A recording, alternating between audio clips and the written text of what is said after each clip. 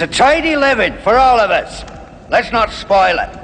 I say we take the 2 guineas now and the rest next week. That's the best we can do. Right down. There's no right down by me.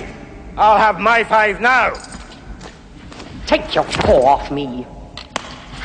Keep your distance. Your stench sickens me. What do you say, lads? Don't listen to him, he'll spoil everything. We're agreed, Rad. The excisemen. They're upstairs. And soldiers. Quickly, back to the boat. Not till we get our 5 guineas! So you fool. There is no more. Right, lads. We'll have that necklace then.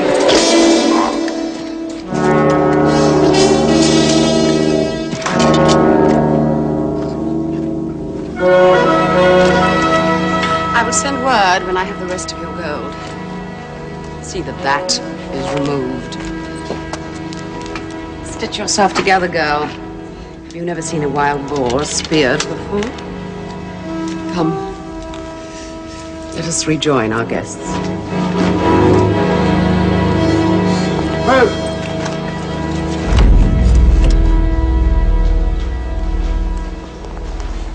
Mother, may I introduce Captain Jackson, who's searching the area for smugglers. Lud, how exciting.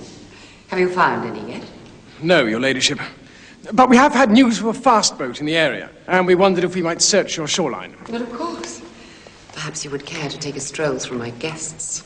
There are some desperate fellows among them. That won't be necessary, Your Ladyship. Just the shoreline. If you catch any, I want first sight of them. I hear they're vastly terrifying. They're less terrifying after a touch of cold steel. So I've heard. Your Ladyship. Shoulder. Halt! Quick, march! My dear, I've heard of many ways of running from a losing streak, but aren't you dramatizing, rather? My breaking off our game had nothing to do with this military intrusion. You may recall I left some time before they arrived. Indeed I do. It also occurs to me that the silk that my little fancy there is wearing so charmingly, and she seems to have had rather startling experience recently, that silk could have come only from Paris. As indeed could this. Unhand me, sir. You are too sharp. Good gracious, no, Harriet, you know me, dim as a poor man's candle. No, I simply see the puzzle piecing together. You do? It's not something that preoccupies me. I should probably forget the whole thing were I to find myself united with the deliciously silken creature who's standing just behind us. Your Ladyship, I'm tired and would ask to be excused. You may go.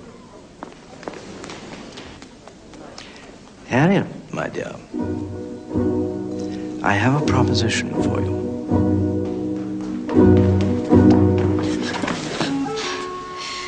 What is it? What's happened?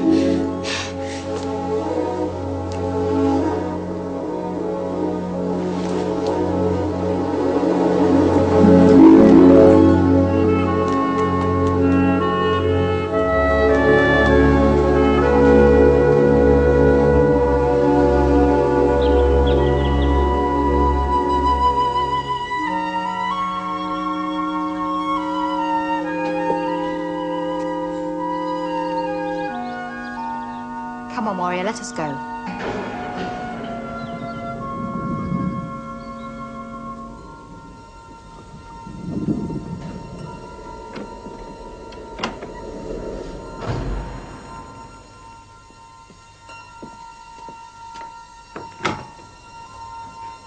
Come on, warrior.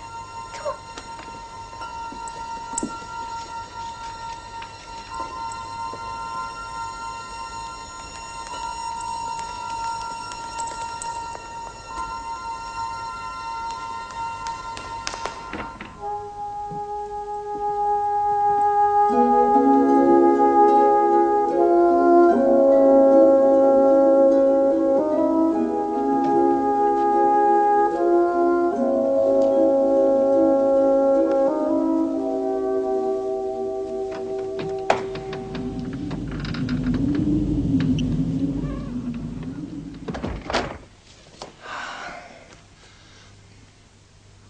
my dear.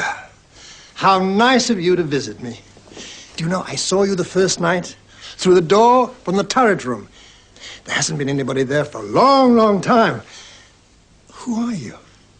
Well, my name's Serena Staveley, and I fear my story is a bit of a strange one. I was won in a wager by the Lord Vulcan. By the Lord Vulcan? You were really? Oh, what a rogue the fellow must be. I heard voices, my Lord Vulcan. It's all right, Stanton. We have a charming guest. Get some tea, there's a good fellow. Just so, my lord.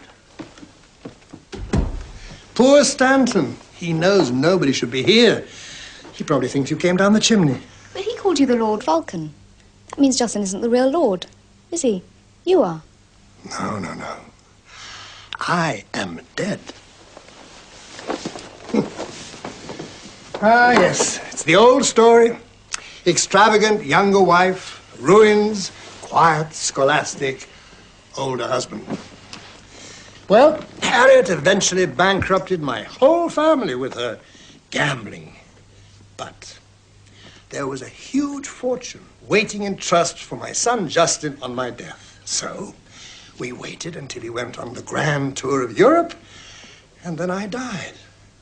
And he became Lord Vulcan and a very rich man. The family was saved, and I retired down here. That's dreadful. Oh, for poor Justin, not for me. You see, my dear, I've always been a scholar. So here I could complete my life's work, which was the history of Mandrake, from the very beginning until the present day. But why poor, Justin? My son is the most honorable man I know. When he found out what had happened, he was like a crazy man. And then he realized there was nothing he could do about it without disgracing both me and his mother. So finally, he accepted it, but it changed him. He used to be such a laughing, open, joyous young man. He became embittered, cynical. He was like a locked door, detesting the fact that he was living a lie. A locked door. Oh, dear, you know, I shouldn't really be telling you all this. Except you'd already guessed the important part, and I'm still vulnerable to a pretty face. You do realize I put myself in your hands. They're safe hands. Do you love my son? No. Mm-hmm.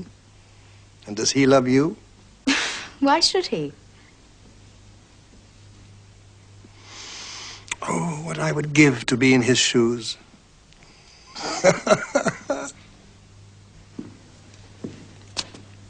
I didn't mind the occasional case of brandy. Everyone does that. 'Twas only occasional, I swear.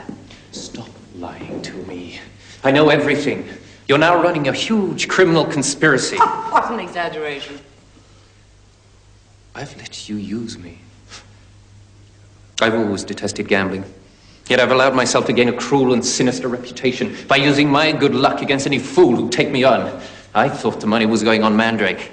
Oh, I knew you were squandering The some of it. merest amount. I didn't mind that too much.